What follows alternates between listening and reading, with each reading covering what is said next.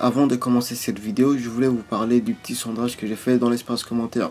Et je vis à ma grande surprise que le supernova qui ressortait le plus était Law ou bien Kid, alors que je m'attendais à Luffy ou bien Zoro. Vous m'avez bien eu. Et donc maintenant on va refaire un autre sondage. Et cette fois-ci, c'est qui est votre favori parmi les amiraux? Pour moi, c'est Fujitora. J'aime bien Kizaru aussi, mais je préfère Fujitora. Et la deuxième chose que je voulais ajouter, c'est d'activer la petite cloche pour recevoir une notification dès qu'une nouvelle vidéo sort. Je sais qu'en ce moment c'est un petit peu le bordel chez YouTube, donc n'oubliez pas d'activer cette cloche de merde. Allez, je vous laisse avec l'intro de la chaîne.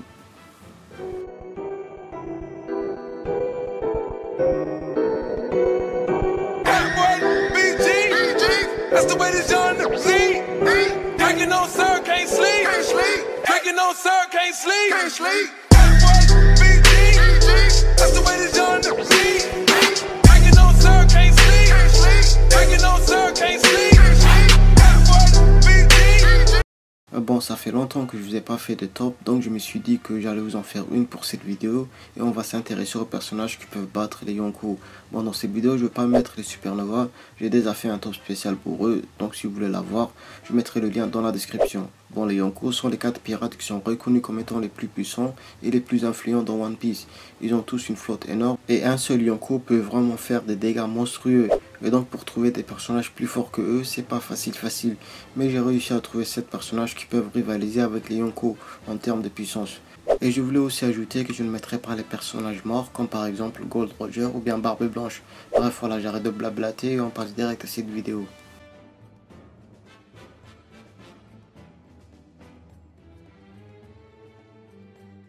À la 7ème place, Aokiji. Bon, comme vous le savez tous, Aokiji fait actuellement partie de l'équipage de Barbe Noire, qui est considéré actuellement comme l'un des pirates les plus puissants dans One Piece. Il était aussi un ancien amiral. Il a mangé un fruit de démon de type Logia, le Iye no Mi, qui permet à son utilisateur de manipuler la glace. Aokiji mérite largement sa place dans ce classement parce que déjà, il était un ancien amiral, reconnu par tout le monde comme étant très puissant, et il a aussi tenu tête à Aikano pendant 10 jours. Comme vous le voyez par vous-même, ce personnage mérite largement sa place dans ce classement. À la 6ème place, Œil de Faucon, notre sombre poteau Mihawk. Mihawk est actuellement l'un des 7 grands corsaires. Il est reconnu dans One Piece comme étant le plus grand sapeur dans One Piece. Il était aussi le rival de Shanks le Roux.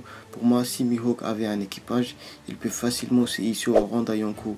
Si un personnage comme Mihawk a réussi à être le rival de Shanks, qui est, je vous rappelle, un Yonko, il mériterait largement d'être un Yonko, mais il n'a pas de flotte. Et sans flotte, il ne peut pas devenir un Yonko.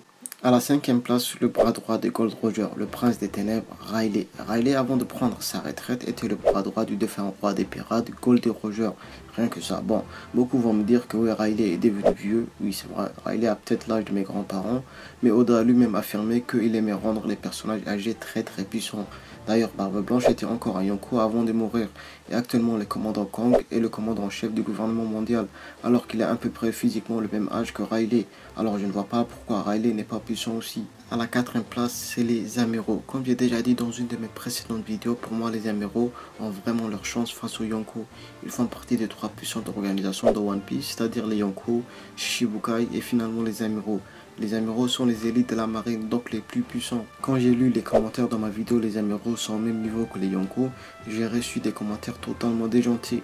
Limite, j'avais l'impression qu'on ne lisait pas le même manga. C'était bizarre de voir à quel point les amiraux sont sous-estimés par les fans. À la 3ème place, Monkey D. Dragon. Bon, pas besoin de vous expliquer pourquoi il est présent dans cette liste. Il est le chef des révolutionnaires, une organisation qui a pour objectif de battre le gouvernement mondial. Il est aussi le criminel le plus recherché dans One Piece et c'est un personnage très puissant. Malheureusement, c'est dommage qu'on ne connaît pas son pouvoir. Beaucoup de personnes affirment qu'il a le Logia du vent et c'est peut-être vrai. À la 2ème place, c'est Monkey D. Garp, l'ancien vice-amiral. Ne sous-estimez pas Garp, c'est pas parce qu'il est vice-amiral que ça fait de lui un personnage plus faible que les amiraux. Il est considéré comme le héros de la marine et c'est un personnage très puissant. Il pouvait facilement se hisser au rang d'un amiral, mais il a refusé toutes les promotions. Parce qu'il s'en fout tout simplement. Garp a quand même actuellement 78 ans, et même pour son âge, il est vraiment craint par tout le monde. Même Sengoku a refusé qu'il se batte lors de la guerre de Marineford, et la seule fois où il a intervenu, Marco est tombé en PLS. À la première place, j'ai vraiment hésité entre Kong, le commandant en chef du gouvernement mondial, ou bien Sengoku. Mais j'ai décidé de choisir Sengoku parce qu'on ne sait absolument rien sur Kong, ni son pouvoir, ni ses buts.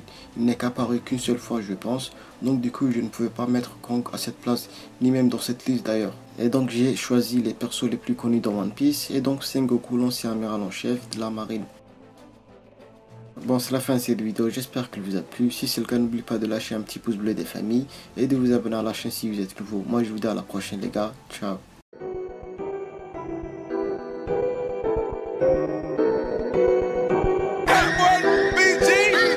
That's the way this young see. Drinking on sir, can't sleep. Drinking on sir, can't sleep.